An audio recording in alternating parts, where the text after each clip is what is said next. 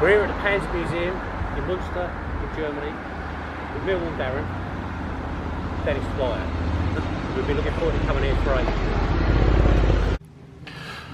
Good morning and welcome to the German Tank Museum. I'm here with Dennis and Darren. Just going to do a quick whip around the first of the exhibits. So we start off, this is a replica of the World War I German A7V.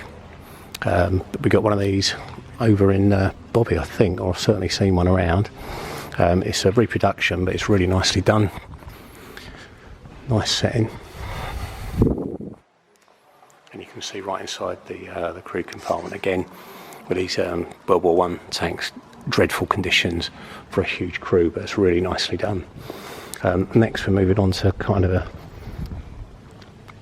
another German development. This was a machine gun carrier. I haven't seen this before, so this is a interesting tank to see. Not really into the World War I stuff, but appreciate how interesting it can be if you are.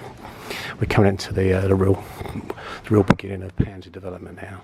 So we've got the Panzer I. This was initially the German training tank, but it was pressed into service for the Blitzkrieg and some of the early breakthrough operations. It's in really good nick. It's worth a quick look around.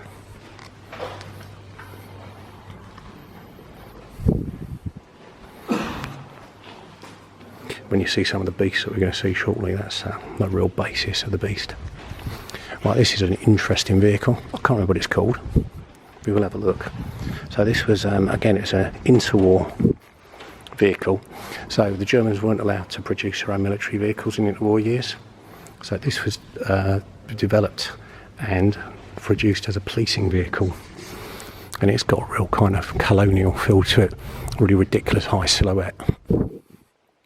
Right, we're going to move into the, that's a truck, that's a Krupp Prozi, very common truck, but we're going to get into the tanks now. So here we've got the Panzer 38T, so the T designation means the Germans captured it off of another country. So this is Czechoslovakian. Dinky little tank, but what's really important here, look at these road wheels. We're going to look at a Hetzer later on, and this becomes, the 38 becomes the basis for the German Hetzer tank destroyer, which is one of my favourite German tanks. Various other exhibits, some guns and bits and pieces. A few people in here today.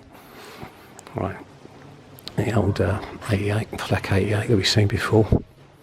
A couple of interesting pieces. So this has got a really silly name, I can't say.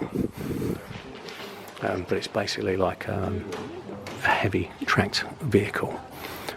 Saw service in the east where conditions were pretty poor. Look at the tracks on this thing.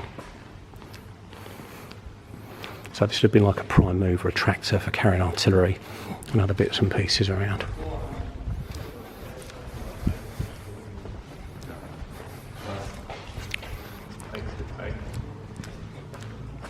Well, we've got the Panzer III over here. What the fella getting his photo taken. So now we start to see the real development we got for the Panzer I. They haven't got two here. Now this is a Panzer III, this is for Africa. And what we're seeing is the Panzer III has been massively upgraded as the war goes on. So at the front here, we've got all this extra armour. You also see that they've got the long gun, I think that's a 50cm gun on it. So they're just making the best they can of what they've got to kind of upgrade the fleet. Moving over now, we've got a real beauty here. Look at this. This is the Panther tank. So this was really Germany's answer to the Russian T-34. Well, I've spoken about this before. You see a lot of similarities. The sloped armour at the front. Just the whole kind of way it's been designed to deflect rounds rather than catch them like a lot of the flat-sided stuff. If you look at it, just going back to the Panzer III, you know, that's just going to catch shot, it's going to catch you. Whereas this is designed to deflect it. A wonderful tank, the Panther. And, you know, there's a lot of schools of thought that the Germans should have just produced loads of these rather than muck around going up to the Tiger tanks and the other big beasts that were, you know, intimidating but not particularly effective. So really nice Panther. Lots of operational problems to begin with, lots of breakdowns, mechanical failures, you know, the usual kind of over-engineering problem that they have. But they eventually worked all the kinks out, but far too late. And just out of interest, this has, I think, got Panzer markings. So just taking a little bit more of a look over here. We've got the Panzer IV. That fellow there, that's Henry. Very nice chap, who was talking to me earlier. So we've got the Panzer IV. So this is the mainstay of the German army throughout the whole of the Second World War, and it's various guises. So again, this one's done up quite nicely for the desert campaign. You see the long gun on this, so in the early war years that had been fitted with a short gun. This I think has gone up to 75, so it's quite a potent gun. And rather like the Panzer III, we'll just see that upgraded and upgraded and upgraded. The ambition of the Germans was to replace the Panzer IV with the Panther, but they just couldn't get their act together in time, and eventually events ran away with them. Right, moving on to the German beast. So here we've got the Tiger tank, beautiful. We've been to Bovington, we've seen the Tiger tank, we've seen the Tiger tank at Saumur, and here we've got it in all its glory in the Panzer Museum. Now, really interesting story here. They had a Tiger here up until a few years ago that was privately owned, so somebody lent it to him. He'd found 2 Tiger tanks in a field that he was renovating. He kind of did a chop shop job on them, smashed them together, and then it sat over here for many years. Then he decided he wanted it back. So the German army have got a team that make replica tanks for their own sort of training purposes. So they were put to work, and this, believe it or not, is a plastic tank. So the whole thing's like a giant airfix kit they've put together. And if you look up close, you can't see any faults or anything, but you can see it's extremely clean. If you look at the road wheels, it's beautifully cast, beautifully created, but it's absolutely minty fresh. So yeah, this would be the ultimate airfix kit, and I'd love one. Don't think the wife will let me know. And interestingly, the fella that had the original Tiger that was on display sold it to an American collector for $2 million or euros or something like that. So there's big money in nutty collectors. Nice unusual one. I think I've seen one of these previously. So this has got a weird name that I can't pronounce, but basically this is a little remote controlled tank full of explosives. So the idea is it would be crude. It's a sort of a tank killer or a fortification killer.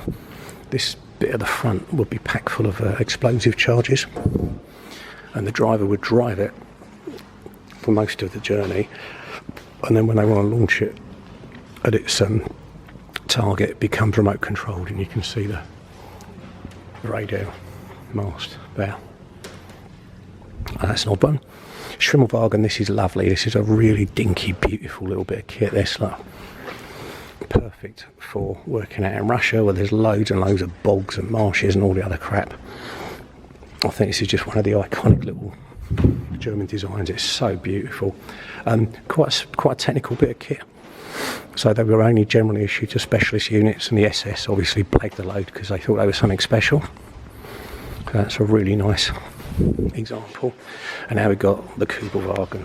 So this is the German Jeep. This is the German Jeep, and again, it's a lovely little bit of kit. Really nice condition, this one, as is everything they've got here. It's important to note, this is Volkswagen. So this later becomes the Volkswagen Beetle after the war in civilian times. So Herbie Goes to Monte Carlo was originally a German army machine. Moving up now, we've got the SDK 251s. SDK's got a long German name I can't pronounce, so I'll just call it an SDK. This variant has got a little assault gun on it. loads of configurations of this vehicle. We'll look at a bridge layer in a minute. We saw those in some more as well. So this is an assault gun. It's not made for taking on other armour vehicles. It's just made for taking on fortifications or maybe sort of infantry in the open. Very nice. And over here we've got an SDK 251-7. So this is a pioneering vehicle. This is the bridge layer. And again, they had one of these at Samur that I had a look at earlier in the year. Beautiful condition, this one. And the lovely thing is, you can go up and have a proper look inside it. The fellow I was talking to earlier, Henry, who works here, is explaining that for this museum, they want people to touch the vehicles. There you go, look. See the crew compartment. Driver station at the front with all the gubbins. And there's there's a load of different combinations of this, from ambulance to bridge layer. It was used as a rocket platform, an artillery platform, mortars, as well as just as a standard troop carrier. Yes, Henry's saying that they're quite happy for you to touch things here. Other museums, they don't want you to. I mean, it's a tank. What are you going to do? You're not going to cause any damage. But he was telling me that they had a theft recently. Some idiot stole one of the parts, one of the tools off of their Panther. So I'd like to meet him in a dark alley one night and give him my thanks. Zandap, a little German army motorcycle combination. Very, very nice. Now we're going to get into kind of the SP and the tank destroyers. So this is a Marder 3. This is lovely. I've modelled one of these before. So it's a self-propelled gun. Not really a lot more I can tell you about it because they don't really interest me too much. Other than the fact, if we have a look at the running gear again, we looked at the 38T, the Czechoslovakian tank. So what they've done is they've taken the bottom of the Czechoslovakian 38T and they banged a self-propelled gun on top. So good work, the German army. Right, speaking of which, this is probably my favourite German tank, or tank destroyer I should say, of the Second World War. So it's exactly the same thing again. They've taken that 38T, the Czechoslovakian tank, and they've stuck on an assault gun. Sorry, they've stuck on a tank destroyer gun, for want of a better word. So really easy, really cheap manufacture. They knocked a bunch of these out. It's a really short vehicle. I mean, I'm standing next to it, and the top of my head's probably a little taller than the tank is. So bear in mind that these were going to be used in ambushes. And the idea is you'd hide up, fire at your target, and then bug out as quick as you can. These weren't meant to engage. Very light armour, very, very cramped crew conditions. Look. And hardly any armour to talk of, but you get a bunch of those together, you'd put some serious dents in your opponent. Right, next up we've got a collection of tank destroyers. It's a bit crowded here today. So just looking at this one first of all. So this is a hunting Panther. This one's interesting. It's a prototype they developed. There weren't many of these around. So it's the same thing. You can, with this fella here, you can see how kind of big it is. Very, very low profile. So it's very, very squat. Very, very flat. So it's easy to hide. This early prototype was like a really nice one. And you'll see here it's got a rounded edge.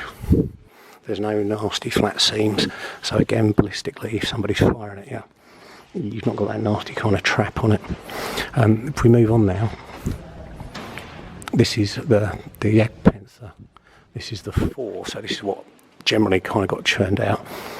Slightly different beast, really nice. You'll see that it has not got those nice flat edges on it.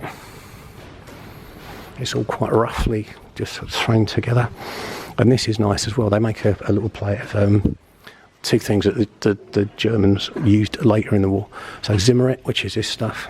This is a coating to defeat magnetic mines in Russia. They continued slapping this stuff on for quite some time, but there was no point because sort of on the Western campaigns we didn't use magnetic mines, so I didn't need the stuff at all. But it does look cool. The most useful thing that they've got is these, the old again, my German's not good, let's just call them side skirts. So what they realised was that by bolting this stuff on, if anybody fired a bazooka or anything similar, or some of the anti-tank rounds would hit this, would detonate and wouldn't penetrate the main hull of the tank itself. So we'll see these side skirts on a number of vehicles throughout the day. Now that nice fella Henry saw me having a nose around this earlier, and he showed me something interesting. So traditionally, the way that a tank destroyer moves around, because it's not turreted obviously, is you have to point it in the direction of what you're firing at.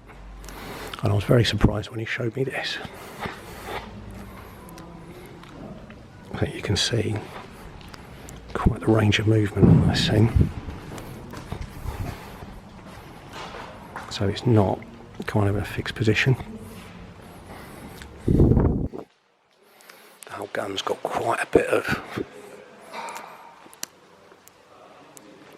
movement in it, which kind of goes against what you traditionally think. So, thank you, Henry. That was very kind of you. Right, moving on. So we're getting to the bigger beasts now. So we saw the Panther earlier. So this is the tank destroyer version of the Panther. Whopping great big beast, as you can see. It's got the best of both worlds really, in so much as it's got that beautiful Panther design, and we can see here what I'm taking where shots hit the front of the tank. A bit of damage up there, but you can see how that kind of deflected angle works well. The big disadvantage with this is, let's just take a look with this against one of the other hunting panthers. Look at the size of this bugger. You can see the low silhouette, but both the prototype and the 4 have got. But look how tall this is. It's not a trick of perspective here. They're both basically next to each other. Look at this fella standing next to it. So it's far, far too tall. To balance it up though, this has got some serious armour on it. It's like a fortress. It's a beautiful bit. We used to have one at the Imperial War Museum, and that had some damage to the back, and it was partially open, which was quite interesting. This is a weird one. I'll have to read the name. No, I won't. It's in German. This is a little prime mover again, so it's a track vehicle that they designed for use on the Russian front for moving artillery and stuff. That's got a Pak-40 sitting inside it. So it was originally, you can see the original configuration on the picture. It was meant for, so it's just meant for towing the thing around. But then they realised they could just stick the gun inside it, and it would become a really cheap gun platform. You know, Pak-40, that's a tank killer. Not many of those produced. I think there was only about 60 of them produced. So it's just an interesting and another kind of funny little tank. Moving on now. Oh, there's Darren Dennis. There's Darren Dennis. So we're coming on to. All right, boys. I'll join you shortly. Right, still Schultz free. So again, we're looking now at a more developed version of the tank destroyer. This is lovely. You can see how it's got a little bit more sophisticated. And that's got the hogshead, the sow coffin mantlet on it, because it looks like a pig's head. Very pretty. Right, I'm just going to do a couple more. Just do a couple more, I think, and then we'll have a break. I'm not going to show you what's over my shoulder, because this has just got so many surprises in it, this place. It's fantastic. Right, so here we've got the Brumbard, the Sturmpanzer. This is the 4. So again, these are quite rare. I think we saw one in Samoa this year. This is an assault gun again. Look at that mantlet and the big kind of ball mounting and the calibre of that gun. So what we saw earlier were kind of assault guns. So these are for taking out fortresses. Basically, you bring this up and you'd shell the crap out of your enemy's town or fortifications and whatnot. They're just a huge, great, big lump of metal. Look at that. Very pretty. Moving on now, we've got a Wesp. So again, this is from your self-propelled gun collection. Lovely, pretty. Get on model one of these, they're great fun. See if we can get around the back and have a look. Yeah. I'll just stick the camera over the top there. The only disadvantages with some of these, the West, the Marder, and the Hummel that we'll come on to, is they're all open topped. So they're a great vehicle, great protection on the ground against small arms, but anything from the air or any air bursting munitions are going to do your crew some serious damage. Right, we're just coming off the back of the Hummel, so we'll just have a little look at here at the Hummel. Far heavier gun and a far heavier platform.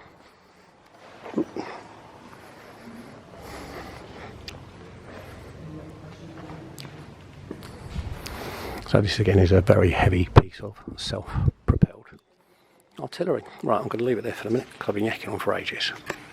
Time for a cup of coffee with the boys.